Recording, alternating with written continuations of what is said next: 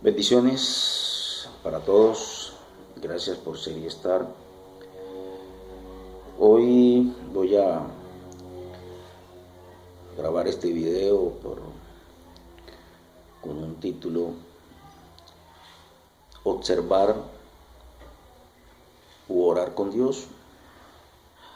Quizás no es muy difícil que el título logre hacer comprender el compartir. Surge de mi experiencia, como he venido sosteniendo a lo largo de los videos que he venido grabando.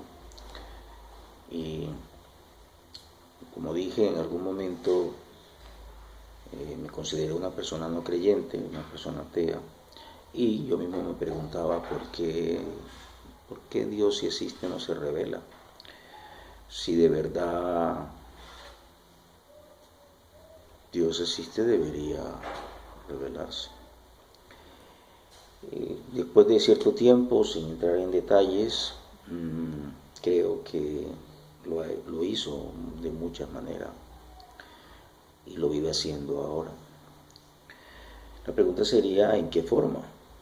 Perdón. ¿Cuál es esa forma incuestionable? También he repetido en algún video que, ya creyente, sentía frustración porque escuchaba muchos testimonios de personas que hablaban de la experiencia de Dios, no sé, verlo, oírlo, que no sé, y yo me frustraba.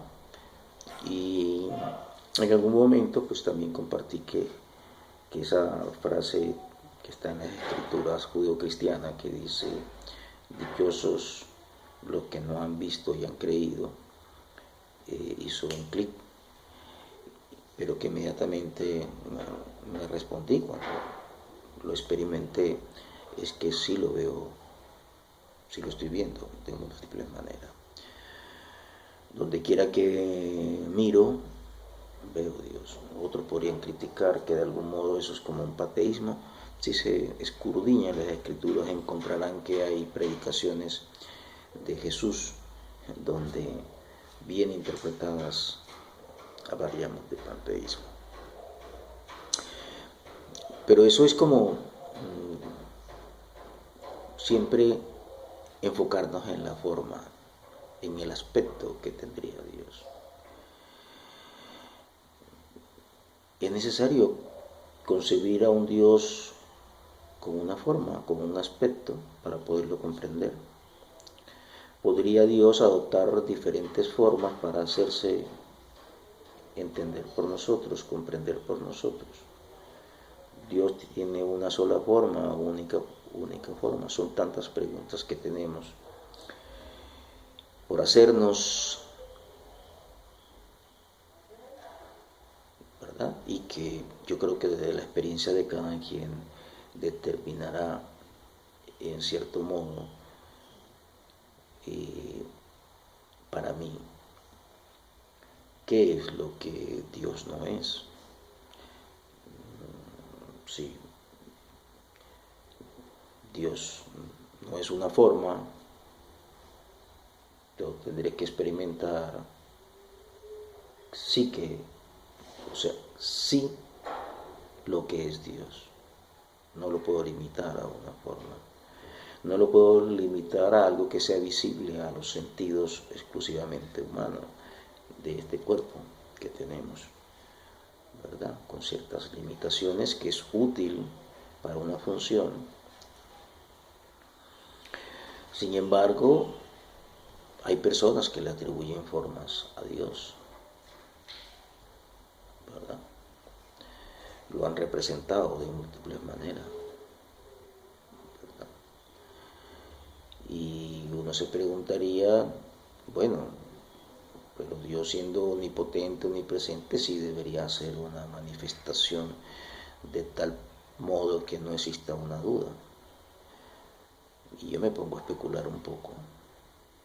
Si hubieran personas que vieran la manifestación, la revelación de Dios, ese Todopoderoso, no sé, qué sé yo, vamos a poner demostrando que mueve montañas, ¿cuántos se afiliarían a una línea que digan que eso no es cosa de Dios, sino que es cosa de Satanás?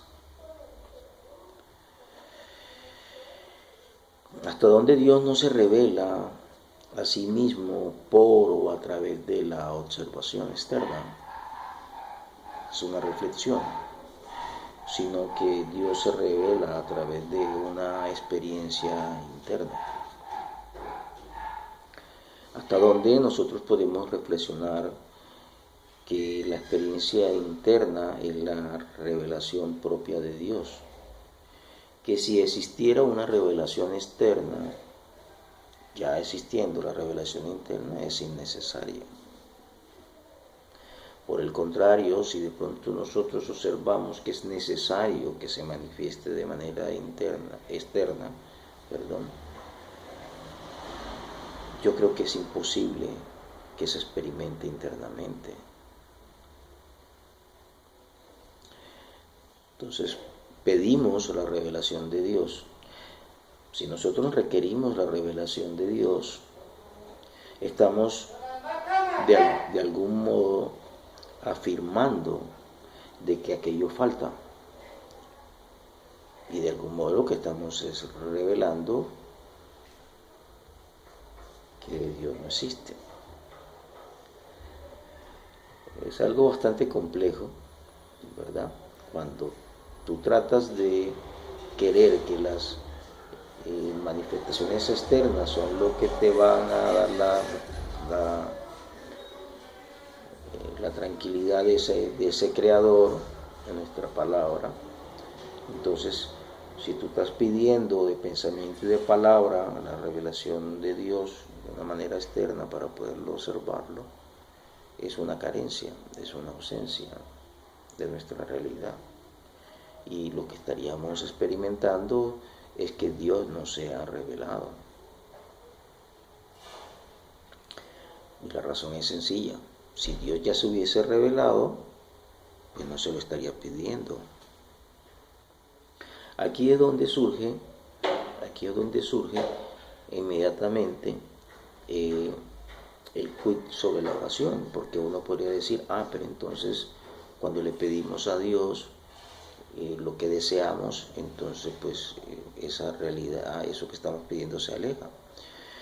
Es una pregunta que yo la respondería con nuestro maestro más cercano en Occidente, que es Jesús, donde él sugiere que cuando pidan como si ya lo hubieran recibido. Porque es que si uno pide algo es porque tiene la sensación de carencia, de ausencia, y nuestro pensamiento, sentimiento y palabra tiene un poder. El poder que viene de esos atributos y características que Dios nos dio a nosotros. Entonces, una sugerencia es que la oración más correcta, más adecuada, no es suplicar ni pedir, sino agradecer. Yo sé que existen las escrituras y entonces hay personas que van a las escrituras que consideran sagradas y las clasifican las escrituras. Y como está en la escritura, entonces hay oración de petición, de súplica, ¿verdad?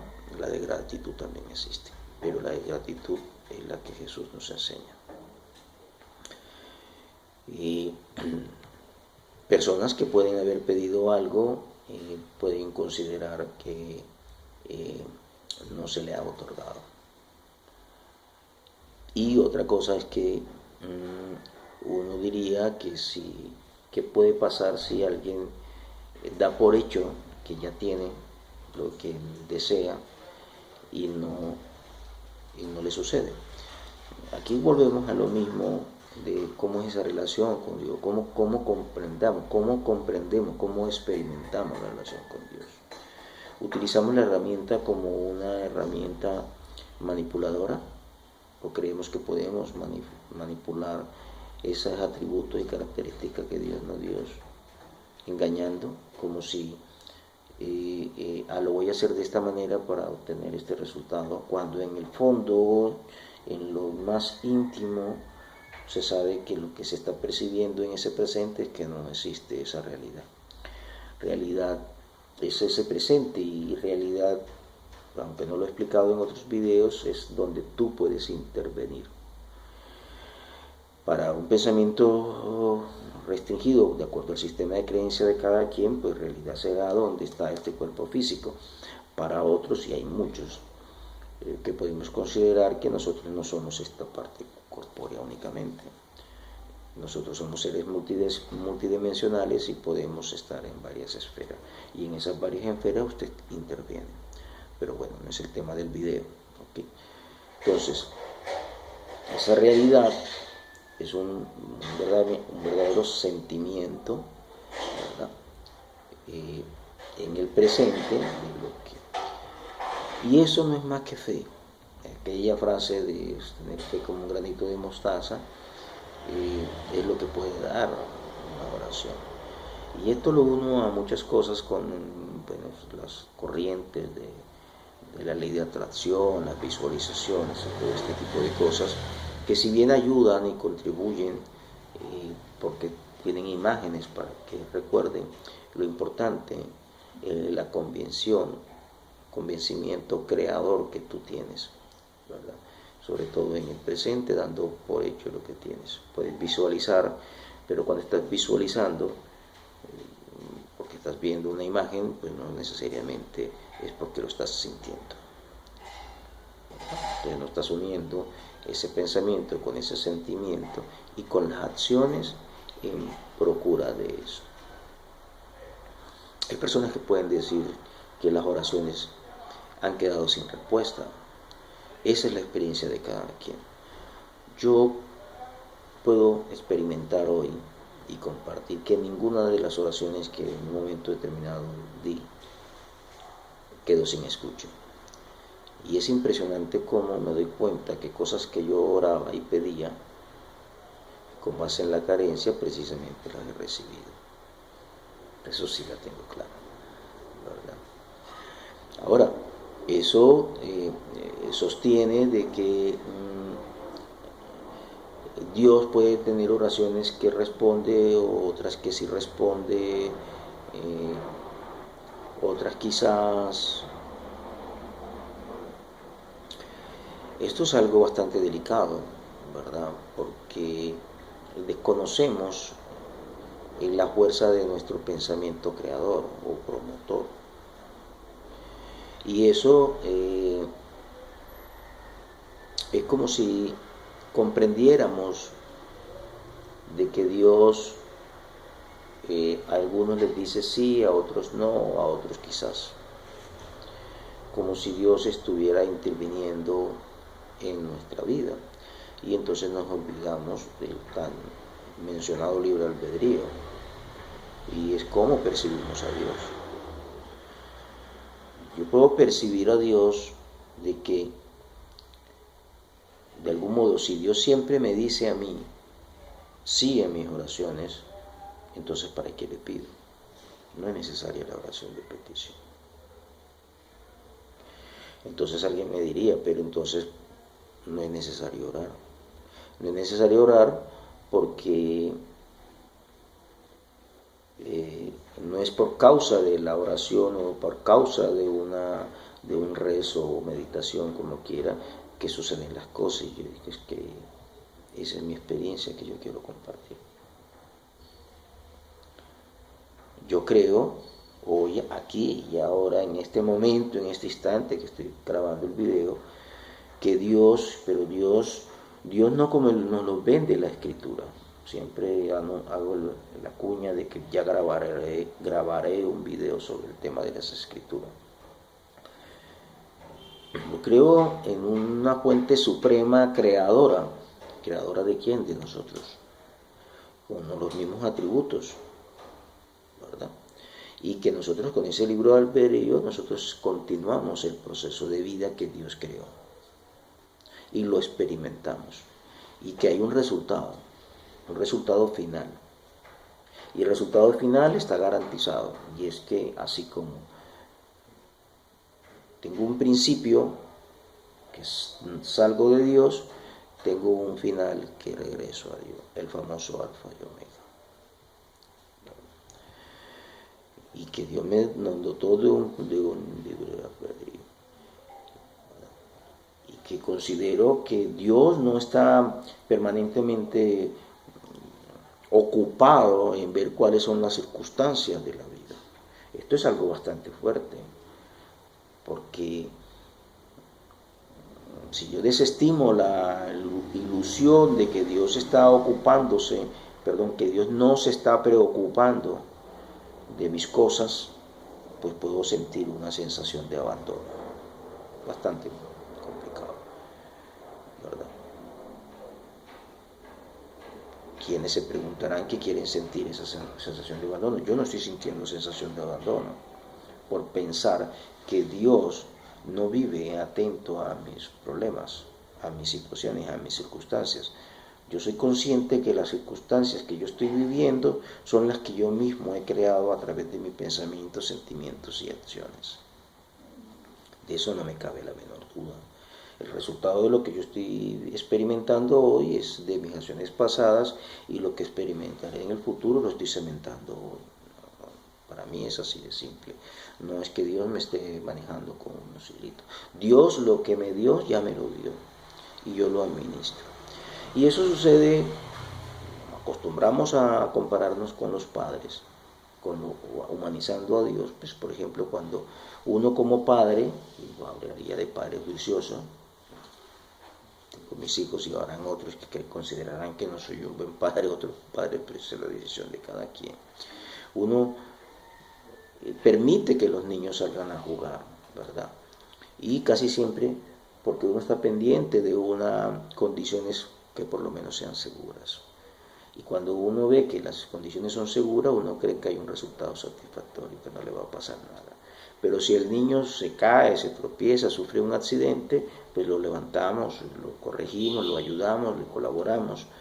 Y es probable que si el niño nos dice que va a volver a jugar, lo dejemos que vuelva a jugar, porque seguimos en el mismo sentido de que es seguro que él siga jugando. Pero también llegará el niño y llegará un momento en que ya crecerá y que no requerirá de pedirnos a nosotros el permiso para ir a jugar o no, ya jugará. Y por más peligrosos que sean sus acciones, nosotros tenemos que dejarlo que hagan, tomen sus propias decisiones, ¿verdad? Y nos seguiremos preocupando, ¿verdad? Entonces, nosotros como padres nunca dejamos de preocuparnos por el resultado. Como esa es nuestra experiencia humana, creemos que así es la experiencia de Dios. Es una dicotomía. Es como experimentar a Dios, que debería estar preocupándose por el proceso de la vida y estar ocupándose del resultado final. Eso sería una dicotomía de Dios. Dicotomía de Dios, ¿por qué? Porque si Dios es perfecto, omnipotente, omnipresente, hizo una creación, Él debe estar absolutamente seguro de cuál es el resultado final. Entonces, si llegáramos a experimentar que Dios no se preocupa por el resultado final, no, es que no se tiene que preocupar porque Él está seguro de cuál es el resultado final. Y es una ilusión de nosotros los hombres, que si nos ponemos en la vera de darle los atributos a Dios de lo que nosotros somos, de lo que nosotros hemos decidido experimentar. Pongo el ejemplo de padre. Yo soy padre de familia.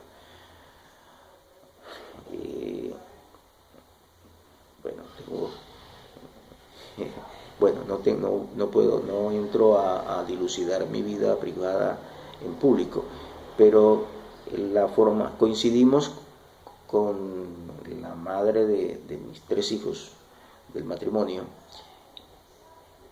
en que muchos padres nos perciben a nosotros como algo raro, porque casi nunca intervenimos en las cosas de nuestros hijos, ya 2 bastante adultos y otra adolescente.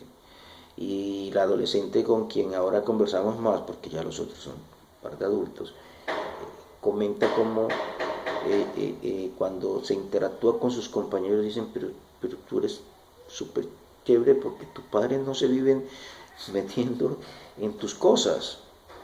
y creo que no tengo que preocuparme por el resultado de lo que yo percibo, cómo se está formando. Bueno, entonces, no es más que el temor, o sea, nos movemos con miedo. Si nosotros estamos dudando del resultado, estamos dudando del Creador. Yo lo veo así. Entonces viviríamos en miedo y culpa, ¿verdad? ¿Cuál es la intención de producir de Dios en un resultado final? O sea, nos creó para estar pendiente de nosotros. Yo creo que es un tema de bastante reflexión para nosotros. Y aunque afirmamos que Dios es todopoderoso, creemos que entonces está interviniendo en cada una de las cosas que nosotros imaginamos. Eso es una ilusión. Y cuando las cosas se frustran, entonces nos creamos y nos imaginamos lo que la mitología ha creado. El diablo, Satanás y todas esas cosas. Insisto, están en las escrituras y algún día grabaré un video sobre el tema de las escrituras. Y además seguimos humanizando a Dios porque entonces como creamos un contraposición a Dios, entonces también lo ponemos a guerrear. Y es guerrero y va a guerra como nosotros los hombres vamos a guerra. Y creemos que Dios permite la guerra y en el nombre de Dios hacemos guerra. Simplemente mirar la historia. Entonces, observar o orar a Dios, sentir a Dios, lo sentimos como amor o como miedo, es una decisión. Siempre podemos elegir de nuevo y siempre podemos tomar nuevas decisiones para verificar cuál sería el resultado. Hay muchas experiencias que ya han venido antes de nosotros. Buda, Jesús, el Cristo y muchos otros santos, llamados santos, hay que comunicar una idea, santos que inclusive en algunas vertientes se idolatran, ¿verdad? Otros dirán se veneran, perfecto, bueno, ok, no entraré en discusión entre venerar y adorar. Pero casi siempre cuando vemos esas historias de santos, las podemos leer como algo de aprendizaje, podemos ver que la gente no entendería. Aquí y ahora, tratando yo de explicar todo este tipo de cosas, de palabras que rompen esquemas, donde yo puedo estar en la circunstancia y entorno que otro puede hablar como fuerte, grave, y yo digo estoy en paz, serenidad, tranquilidad. No entendería. Y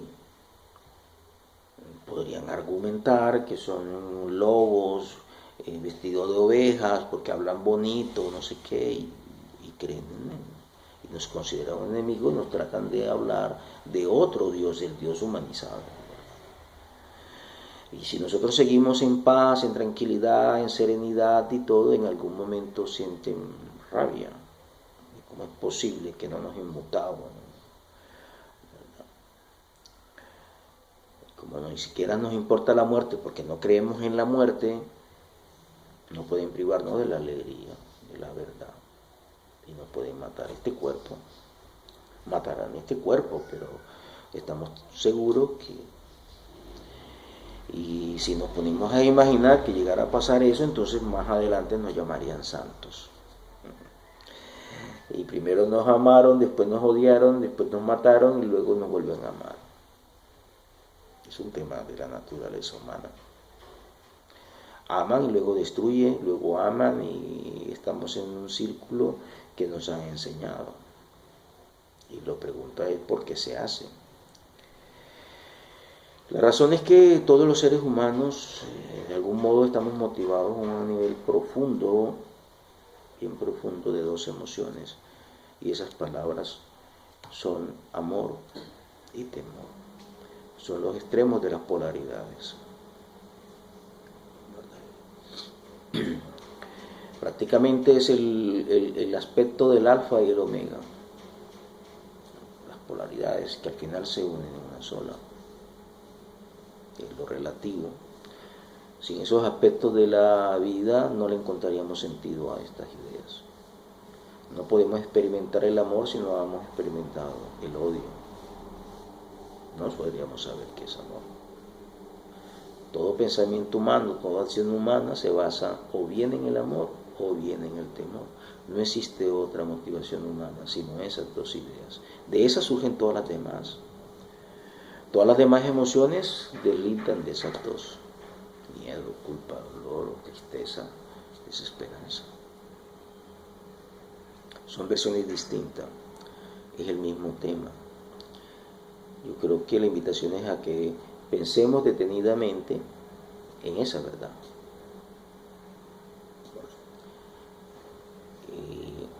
Y de algún modo eso es lo que se le llama el pensamiento. Ese es el que le decía en la oración, en esa oración que usted hace, ¿qué es lo que está abajo? Ese pensamiento creador, promotor, primario, no sé, es la energía primaria que mueve toda la experiencia humana. De ahí surge todo. Puedes orar con tu boca algo, pero si en el pensamiento existe otra cosa, lo que prevalece es lo que está allá, porque eso que está allá es precisamente la chispa. Pues muchos nombres, yo le pongo chispa divina, bueno, lo que quiera, la conciencia, el nombre es lo de menos, es tratar de que nos identifiquemos y es algo que nosotros tenemos muy poderoso, que es lo que nos hace semejante a Dios, y que ese movimiento pendular entre la emoción, entre una y otra, es la que promueve. El amor promueve temor, en la forma en que la experiencia humana ha decidido aceptarlo. De algún modo no confían en Dios. O sea, si nosotros no comprendemos eso, no estamos confiando en el amor de Dios. Porque lo aceptamos siempre condicionado a un resultado dudoso. Y si nosotros dudamos de ese amor de Dios, ¿qué se deja para contar con los simples mortales? ¿Qué se deja? Por eso es que cuando nosotros amamos a alguien y la otra persona nos dice te amo, enseguida nos ilusionamos y enseguida vamos a tratar de decir hay que asegurar eso. E inmediatamente después viene un miedo a tratar de proteger eso que nos sentimos amados, que podemos sentir, experimentar la sensación de que podemos perder ese amor que acabamos de encontrar. Entonces de esa acción viene una reacción de defensa, de pérdida, de la cual tenemos que entrar a defendernos ante una posible pérdida. La invitación es que si nosotros llegamos a redescubrir, ¿verdad?, que quiénes somos, que somos un ser magnífico, notable, espléndido, creado por Dios, no podríamos sentir temor nunca, ya que ¿quién podría negar esa maravillosa magnificencia? Y algo bastante fuerte que voy a decir, ni siquiera Dios podría criticar a un ser así. ¿Y por qué sencillamente ni siquiera Dios podría criticar a un ser así? Pues porque si Dios nos creó perfecto a su imagen y semejanza, ¿qué sentido tendría crear algo para estar después criticándolo, para estar condicionándolo? Nosotros somos los que le estamos dando esa connotación a Dios humana. Lo mismo que hacemos nosotros con nuestros hijos, que consideramos, sí, lo educamos, lo formamos y los dejamos a que vayan a vivir su propia experiencia. Otros no.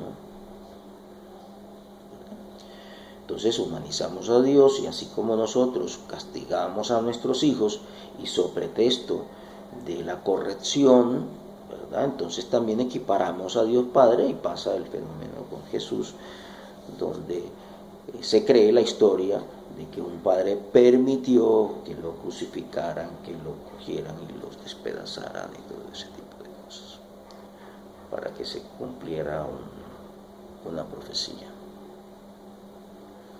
¿verdad? Entonces terminamos venerando la cruz en vez de la resurrección. Y la resurrección no es más que el reconocimiento de la existencia divina que existe en nosotros. Bueno, entonces en síntesis esto era lo que quería compartirle: observar en Dios todos nuestros hermanos, en el amor, que no hay condicionamientos, y que la oración, esa comunicación con Dios, es el uso de nuestro gran poder, hecho a imagen y semejanza de Dios. Bendiciones, gracias por ser y estar.